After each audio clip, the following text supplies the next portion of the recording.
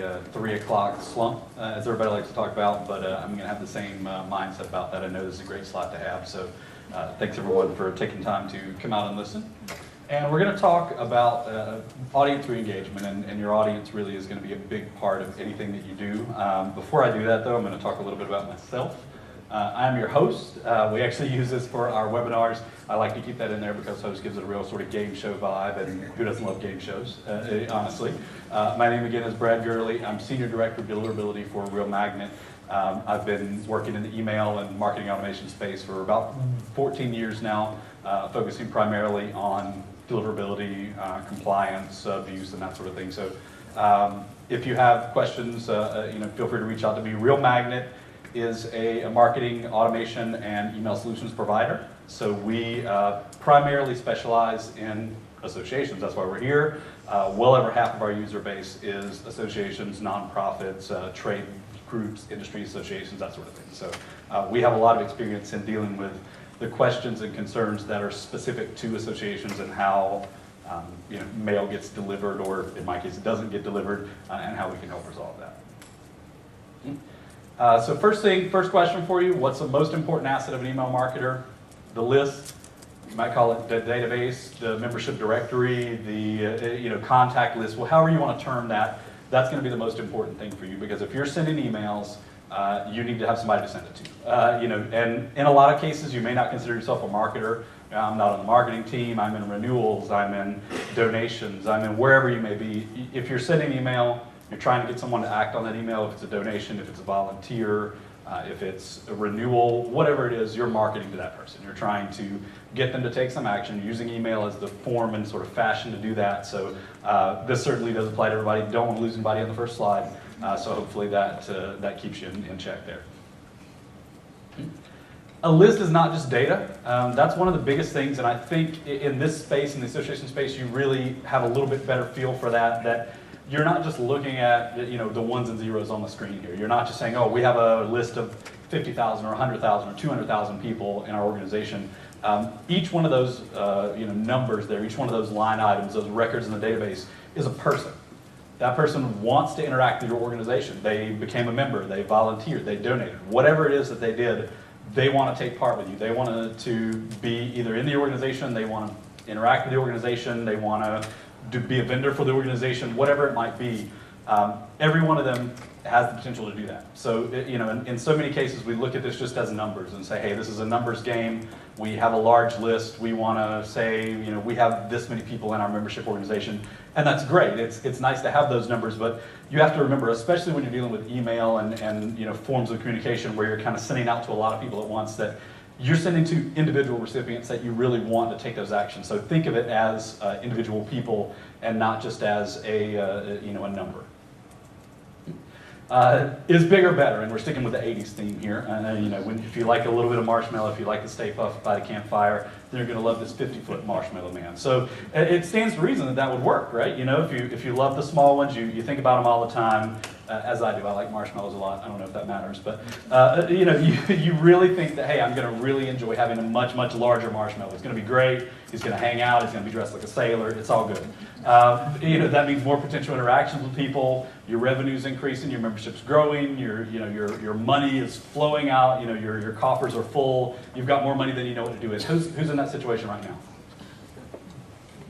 I was hoping for somebody, but no. Okay, I got it. So we all have somewhere to go there. So we're looking for a bigger list to do that in a lot of times. And you think it stands to reason that's the best way to do it. Unfortunately, that's not always the case. The 50-foot marshmallow man comes crashing down. He steps on a church. He's agitating people. He's crushing police cars. That's what really happens a lot of times when you get that large list and you don't have control over it. So, if you don't have engagement, then it's going to do you more harm than good. And I'm going to talk a little bit about something actually Jason just brought up, is the machine learning.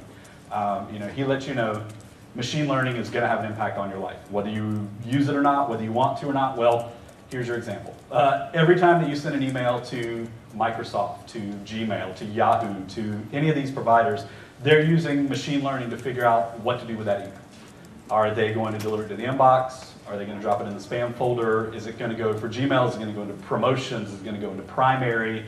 Is it going to go into the ether, so to speak? There are some cases where the email doesn't get delivered, it doesn't get dropped to spam, it doesn't get rejected. It's just gone. And that's what you really want to avoid. You want to make sure when you send that you're taking over these algorithms, that you are actually giving them something to work with. And all of this learning is based on the way people interact with your emails. So if they're not engaging, that's a bad thing. If they're not opening the email, if they don't read it, if they open it and immediately delete it. Any of those things are low or negative engagement. Of course, if they mark it as spam, that's engagement, but it's not the kind that you want. That's something that's going to cause more problems. Every one of these providers is doing that. So if you do have low engagement rates, if you're sending and people aren't opening, people aren't clicking on links, they're not adding you into their associations folder or to read later folder, then you're going to see problems a lot of times with email getting dropped to spam or completely rejected. You'll see here there's a little note that the low user engagement was cited as the #1 reason that mail was routed to the spam folder. So there's some studies done around why mail is actually ending up in spam. In some cases it's because the sender has a bad reputation. In some cases it's because there was bad content there. But overall, the largest source of that and the largest reason for that is that people aren't opening the email. So that's sort of a shift in paradigm, for lack of a better word, around when you're thinking about delivering email. That, hey, I've got good content, I've got a good system, I've got good targeting, all of this is great, but my email's going to the spam folder. So the engagement is really what you're looking at there. You want to make sure that people are actually engaging. To put it very simply and bluntly, I'm going to restate it here. If your recipients don't open your email, you're not going to get to the inbox.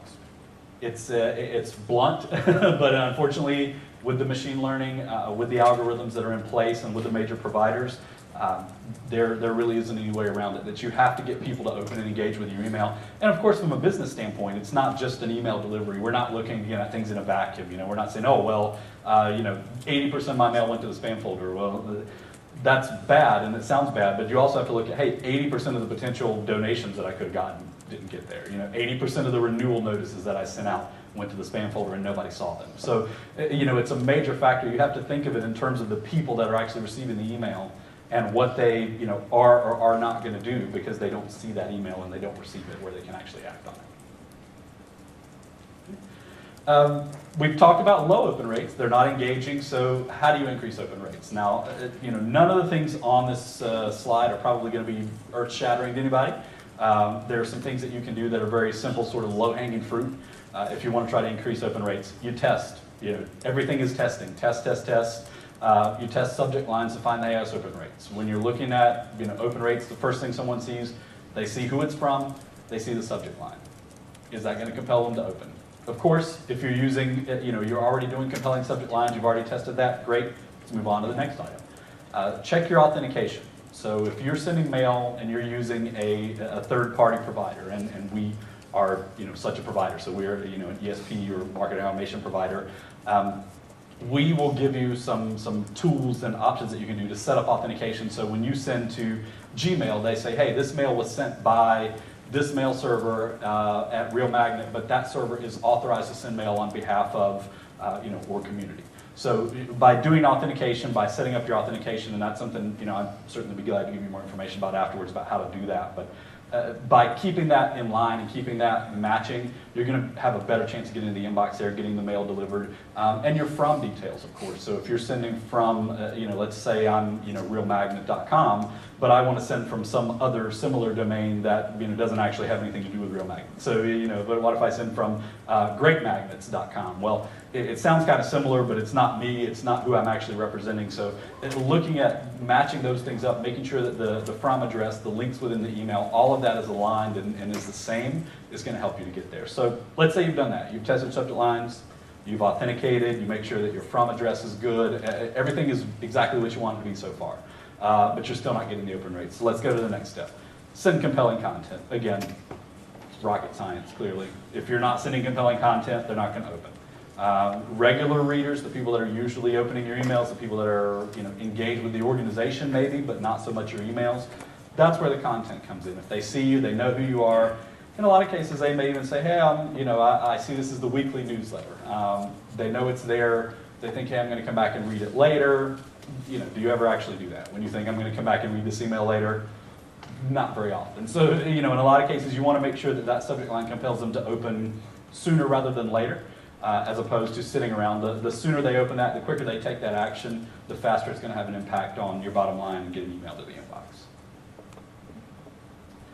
So, now what? We've done all of that. We've optimized subject lines. We've optimized our authentication. We've got the content, the best content, copywriters out there. Still aren't getting to the inbox. Our open rates aren't what we want them to be. When we test, our mails go into the spam folder. What are we going to do? So this is where the conversation gets a little more interesting, and not always in a good way when you first start out. So when you're trying to drive higher open rates and you're just not seeing it, it's time to look at your non-engaged recipients. So a very difficult conversation to have sometimes is to say, hey, we've got, again, 50,000, let's just say, members in our organization, and we're just seeing that, we're not getting those good engagement rates with them. So looking at that, by having higher open rates, you're going to have improved delivery. If you cut out people that aren't engaging from that list, if you move them to less frequent emails, if you remove them altogether, if they're not engaging at all, you're going to see those higher open rates. And if you're paying a provider to send your emails for you, you're paying for emails that nobody's ever seen. So you're going to cut your costs in the interim there. And I know that's one of the things that I saw a few hands that you're trying to cut costs this year. So that's one thing that's going to keep you from paying for things that you're not actually using or getting the benefit of. So there are some pain points here. I will keep with the trend that we've heard in most of the sessions today around the board, the obstacles, the people that want to, rightfully in some cases, argue with or dispute what you're going to say here. So these are what we call the pain points. Management is going to be resistant, to decreasing your audience size. You're going to go from 50,000 to 40,000 or 30,000. That's not going to sound good on paper. That's going to be a tough meeting to walk in and have that conversation around, hey, we're really trying to improve our delivery, but we've got a lot of people that aren't opening. We're going to need to cut the audience size down. A lot of times that's going to get a pretty quick, I don't think so. So you have to really make the case for it, and that's what we want to do here, is we want to go in and say, what are we doing with this? Why is this actually going to help, and how are the ways that we can do it with as little impact as possible to the list? We want to make sure that we're getting rid of the dead weight, so to speak, but not having a serious negative impact on the size of our list. Because in many cases, you are using that audience reach to sell ads. You've got partnerships. You say, hey, you want to partner with us? We've got 50,000 active members, and we can send to you. They're going to see your message. That gets you partnerships. It gets you money. It gets you, revenue. But isn't it even better if you can say, hey, well, we've got 30,000 contacts that open our emails every day, and we're getting to the inbox. So there's some pro and con there. The other thing, and this is the really kind of hard pain point that we have to deal with a lot, is that these people that aren't opening the emails may be paying members of your organization. They might be donors. In one or two cases, they've been on the board. So this is something where we have to look at what does that mean. So if someone is on the membership rolls or the rosters, or they're an annual donor, it doesn't necessarily mean that the email address that you have for them is correct. And that's the thing that we have to keep in mind, is that a lot of times what happens is someone signed up 5 years ago, 6 years ago, 10 years ago. They gave you their email address, and they go in every year, they renew. Maybe they log in and do it online. Maybe they send you a check. Maybe they do it at the annual meeting. They're still members. They're very active in the organization, but they changed email addresses 3 years ago.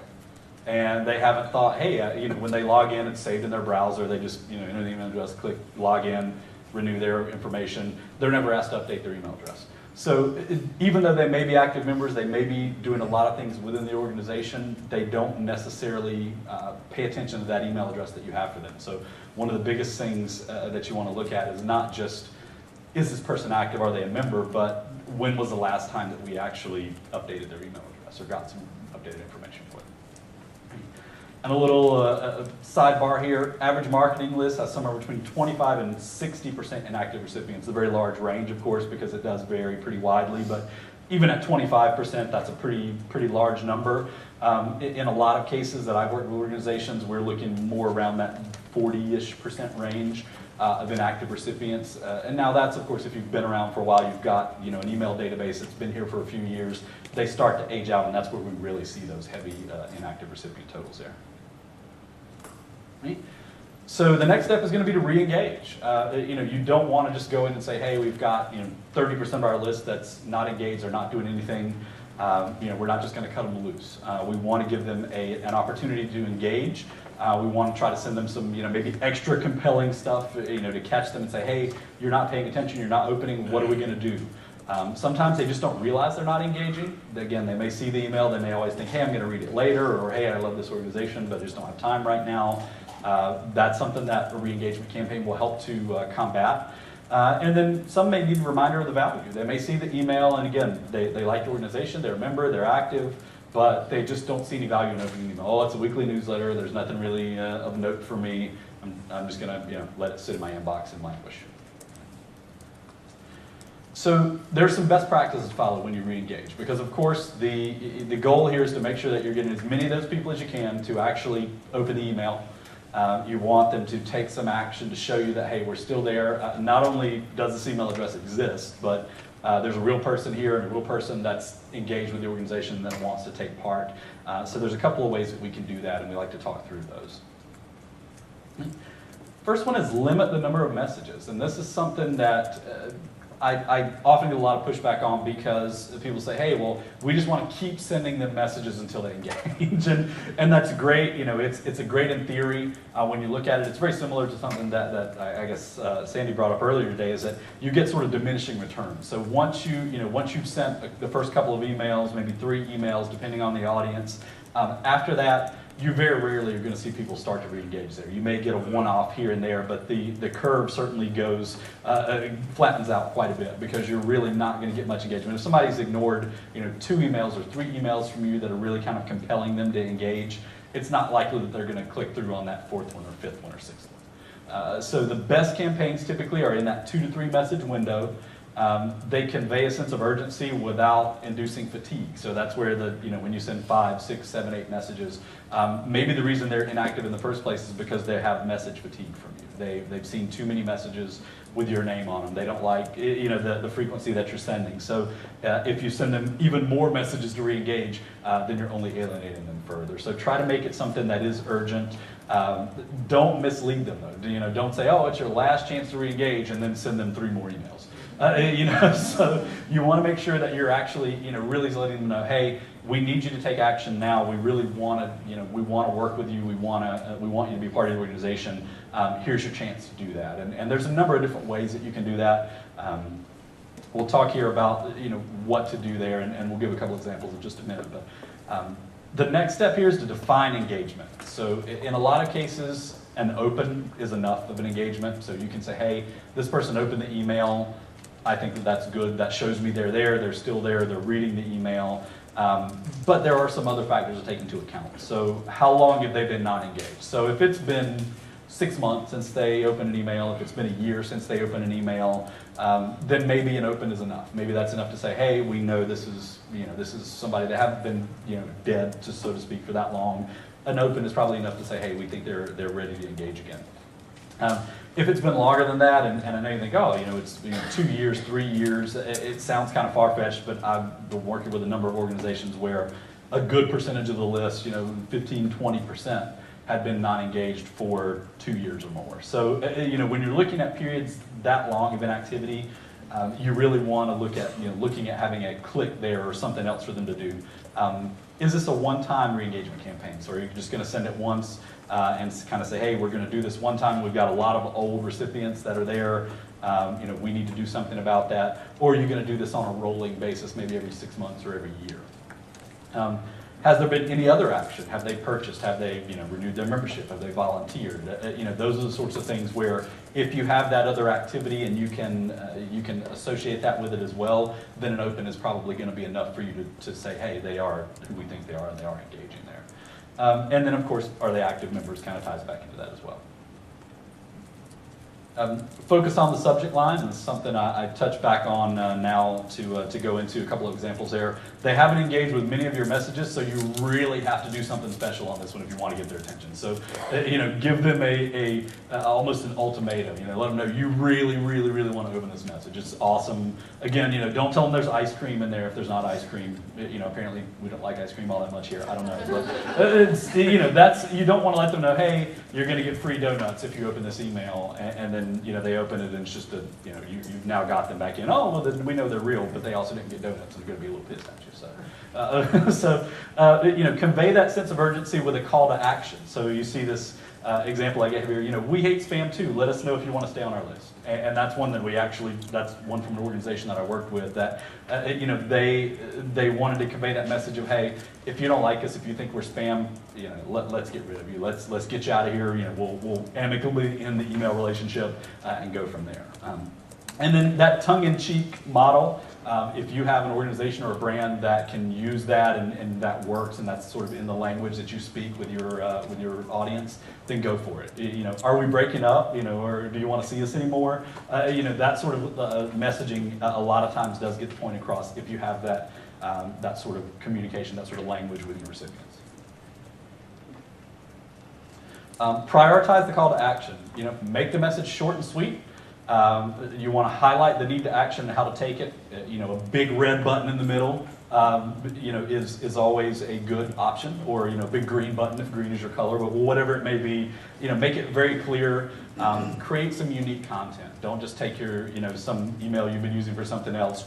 Tweak the subject line a little and say, hey, we want you to re-engage. Give them a purpose-driven email here and make it something that they're really going to want to open. And have one or two links. The confirmation link and an unsubscribe or an update your information link. That's it. If you put too many in there, they're going to have that the paralysis of choice. There's too many things to do. Which one do I click? It's going to make it a little harder to track as well when you do that. Right? And then the best thing to remember is don't stop. When you do re-engage, the best way to do it is to do it on a regular, recurring basis. So, do it every 6 months, every year. Look at ways to do that. You can do it through a marketing automation platform. We actually have a tool that allows you to say, hey, show me everyone that hasn't opened a message in X amount of time, and you can use that to sort of automate a process. Now, of course, when you have machine learning at your disposal, a lot of that will be even more automated, but using an automation platform or an email provider similar to ours will give you a good way to do that as well. Target them with special offers or unique content. So maybe, if you're doing it every 6 months, maybe you say, hey, somebody that hasn't engaged in 6 months, we want to give them a little extra incentive to jump back in before they become sort of really not engaged. Right? And automating that process I talked about is really going to minimize the manual effort, so you don't have to have someone that's going in and kind of every few months kind of compiling this list and running a separate campaign. You can really get that marketing automation or whatever sort of automation you have available to you to use there. Realistic expectations. A recent study said open rates for these re-engagement emails are around 10%, or excuse me, around 12%. That's a little lower than an average marketing message. I think average marketing message is 13-14%. So it's close, but just a little dip there. If you think that half of the unengaged people are going to click through, you're going to be disappointed. Typically, the people that actually go through and confirm and say, hey, I'm going to re-engage, or they take that action, is going to be much, much lower than that. Depending on the audience, it may not be a huge amount lower. Realistically, you're probably looking in single digits, maybe low double digits. I have seen a case where it was 40% for an organization. So it's not unheard of, but you shouldn't go into it with the expectation that half of those people are gonna re-engage with you. One last thing here, resting your audience. In a lot of cases, people say, hey, what if I just, I got people that are not engaged, maybe I just shouldn't send them anything for a while. That seems like a good idea. You give them some time to rest and sort of forget you, and then you pop back into their inbox with free donuts and ice cream, and they're ready to go again. So it's something that can work in certain circumstances, but you need to use it very carefully. You don't want to replace your re-engagement campaign with that. That's something that should be maybe used in tandem with that, and you want to do it as a shorter term. So if you're somebody that emails twice a week, 3 or 4 times a week, daily, then this can be a useful tactic. If you only send a couple of emails a month, or even 3 or 4 emails a month, it probably is not going to be very useful because you don't have the volume to really kind of offset that.